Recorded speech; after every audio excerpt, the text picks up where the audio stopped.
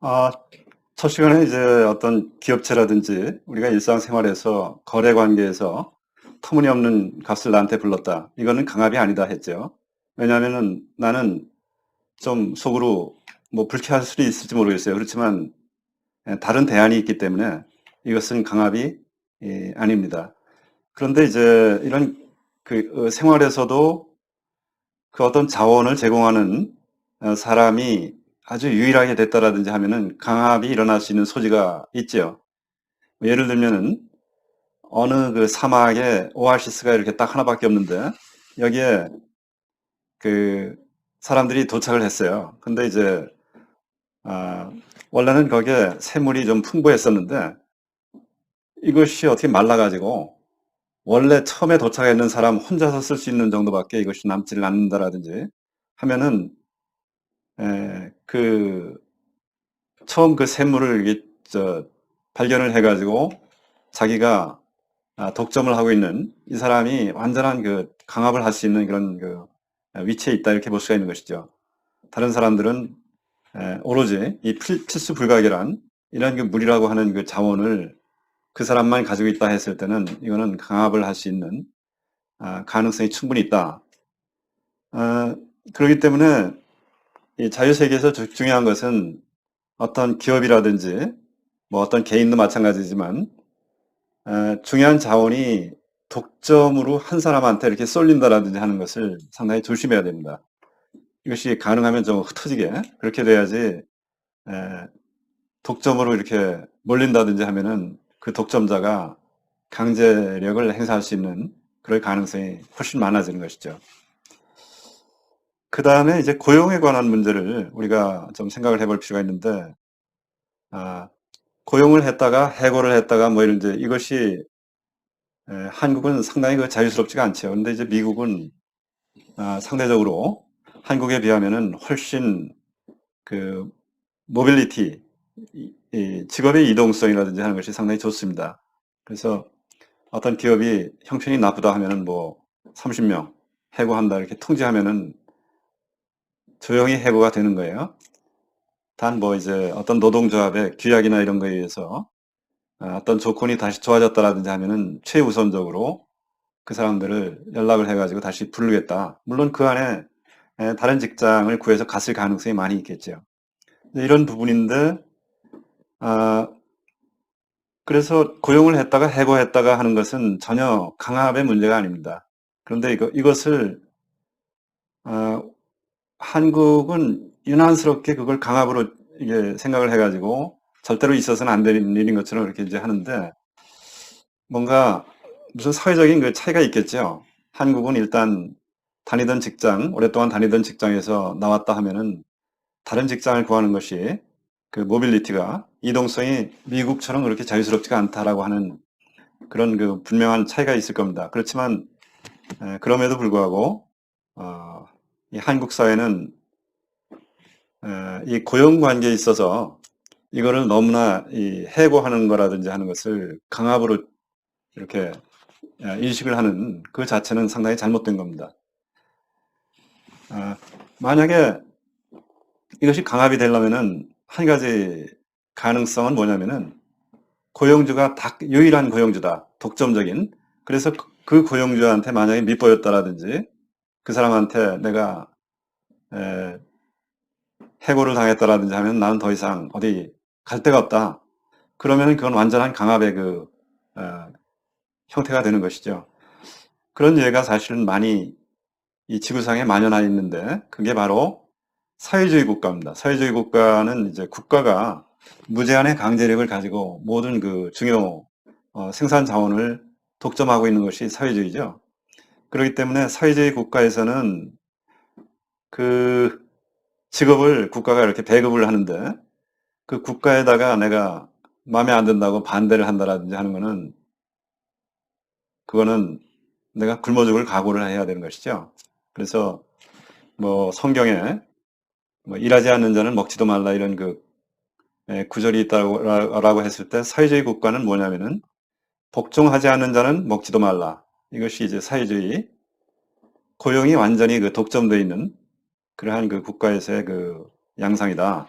그렇게 볼 수가 있는데, 그러기 때문에 사회주의 국가라고 하는 것은 개인의 자유가 사실은 없는 상태라고 볼 수 있는 것이죠. 국가가 한없는 강압을 할 수 있는 그러한 상태가 바로 그러한 체제입니다. 자, 그래서 이제 강압이라 하는 것은 어느 중요한 자원을 어느 한 기관이나 어떤 개인이나 독점적으로 딱 가지고 있다든지 하면은 강압이 아주 강하게 작용할 수 있는 그런 가능성이 있는 것이죠. 그래서 또 반면에 아주 아주 약한 의미의 강압이라고 하는 것은 무슨 뭐 가정사라든지 또는 그 인간관계적인 측면에서 내가 저 사람하고 상당히 친하기 때문에 저 사람이 나한테 요구하는 것은 차라리 들어주는 게 낫지, 그걸 들어주지 않았을 때는 내가 두고두고 시달린다. 뭐 가정 내 이제 뭐 예를 들면은 소크라테스도 옛날에 그 악처 뭐 이런 얘기 많이 나오죠. 그래서 소크라테스도 아마 그 부인이 뭐를 요구하면은 그냥 들어주고 말지 거기다가 이렇게 맞상대 하려고는 하지 않았을 것입니다.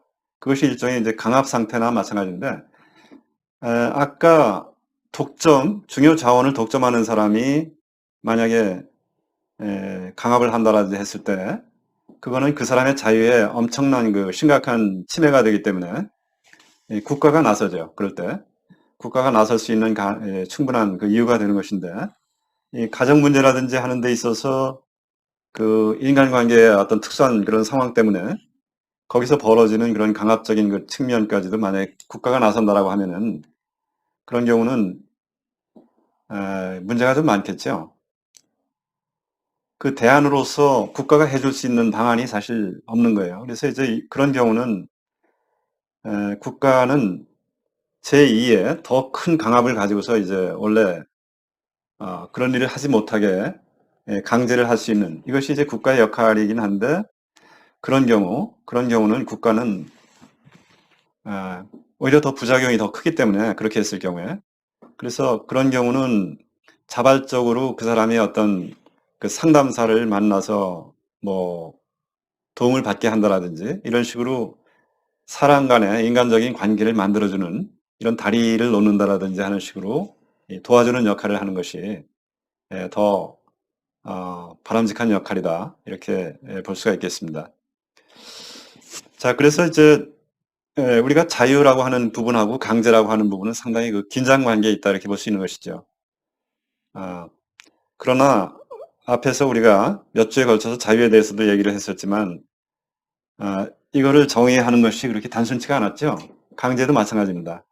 이 모든 거를, 자유를 너무 엄격하게 정의를 해가지고 뭐 도저히 실현 불가능한 그런 자유를 정의를 했다. 그런 사회가 돌아가지 않을 가능성도 있는 것이죠. 이 강제도 마찬가지입니다. 강제도. 그래서 어떤 스펙트럼이 있는데 그 중에서 모두가 만족할 수는 절대로 없겠지만 이 사회가 잘 돌아가게끔 하는 어떤 균형점, 이것이 상당히 중요한데, 이러한 그 긴장 관계 속에서 국가는 그래서 이제 상당히 중요하게 생각을 하는 것이 하나 있습니다. 사적인 영역을, 어떤 사람의 사적인 영역을 가능하면은 침범 당하지 않게 이 사적 영역을 정의를 해주는 것이죠. 이 안에서는 절대로 뭐 그 사람의 그 사람이 어떤 식으로 생활을 하든지 간에 그 외부 사람들이 절대로 간섭할 수 없는 영역이다라고 하는 그 사적인 영역, 이것이 상당히 중요한 것입니다.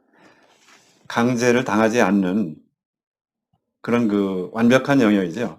그래서 그 안에서는 그, 그 안에서는 이제 자기 나름대로의 아주 고유의 자기 나름대로의 데이터를 자기 혼자 관리하면서 이제 살아가는 것이죠. 이러한 그 사적인 영역, 요거는 이제 그 안에서 이제 재산권의 영역이라도 볼 수 있고, 남으로부터 임의의 간섭을 받지 않을 그러한 그 영역이라고 볼 수 있는데, 만약에 이거를 정하지 않았을 경우는 우리가 여태 얘기를 했었던 강압, 이거를 당할 수 있는 가능성이 굉장히 많은 건데, 사람마다 전부 이 사적인 영역을 가지고 있기 때문에 이 강압이 그 치고 들어올 수 있는 가능성이 확률적으로 굉장히 줄어드는 것이죠. 이 사적인 영역을 이렇게, 그러니까 마치 우리가 좀 비유를 하자면은 이륜차, 이건 오토바이 아닙니까? 오토바이를 타고 가는 거는 이 사람이 완전히 노출돼 있어가지고 조그마한 충격에도 사람이 만약에 굴러 떨어진다든지 하면은 크게 다치죠. 그런데 이제 자동차는 운전자를 둘러싸고 있는 철판, 이 자동차의 이제 보호막이 이렇게 딱 돼 있어가지고 웬만한 충격으로 이렇게 부닥친다 하더라도 차만 좀 쭈그러져서 그렇지 사람은 그 안에서 이제 안전하게 다치지 않고 무사할 수가 있는 것이죠. 이런 것이 바로 이 사적인 영역입니다. 뭐 자동차도 어떻게 보면 사적인 영역에 속하는 것이죠. 뭐 이것이 좀 지나쳐가지고 이제 한국 내에서 보면은 자동차를 너무 까맣게 칠해가지고 이 투과해가지고 볼 수가 없어요. 근데 이게 사실은 불법입니다. 왜 불법이냐면은 원래는 차들이 쭉 뭐 10m면 10m 이런 차간 거리를 뛰어가지고서 주행을 하지 않습니까? 그러면 뒷차는 이 앞차의 유리창을 통해 가지고 앞에 상황이 어떤가 하는 것까지 봐가면서 달릴 수가 있어야 되는데 한국의 거리의 자동차는 자동차가 아니라 완전히 탱크죠. 꽉 까만 유리창으로 돼 있어가지고 투과해서 보이지가 않습니다. 그래서 이거는 원래가 불법인데 이 법치가 잘 지켜지지 않는 그런 하나의 예라고도 볼 수 있는데 이것이 완전히 사장된 법이 됐어요. 자동차 유리의 투과율, 비투과율을 어느 정도 이하가 돼서는 안 된다라고 하는 것이 분명히 있습니다. 있는데 그거를 과거에 제 기억에 한 20년 전에는 그걸 잡았어요. 막 이렇게 교통 단속도 하고 이거는 법규에 어긋나니까 선템 이거 다시 해야 된다. 벌금 때리고 이렇게 했었는데 지금 완전히 이제 이 교통경찰 쪽에서도 완전히 포기하고 법은 있으나마나한 그런 상태가 되어 있습니다. 그런 거 보면은 이 법이 있는데 이걸 지키지 않았을 이런 문제, 나중에 또 한번 또 다른 장에서 이 법체 문제를 별도로 다루겠지만 이것이 또 강압하고 맞부딪히는 반대되는 측면에서 보자면은 또 문제가 되겠죠. 그래서 이 사적인 영역이라고 하는 그 부분에 대해서 이것이 강압을 해결하는 아주 중요한 장치로서 이것이 발전이 됐다라고 하는 측면을 두 번째 시간에 말씀을 드렸습니다.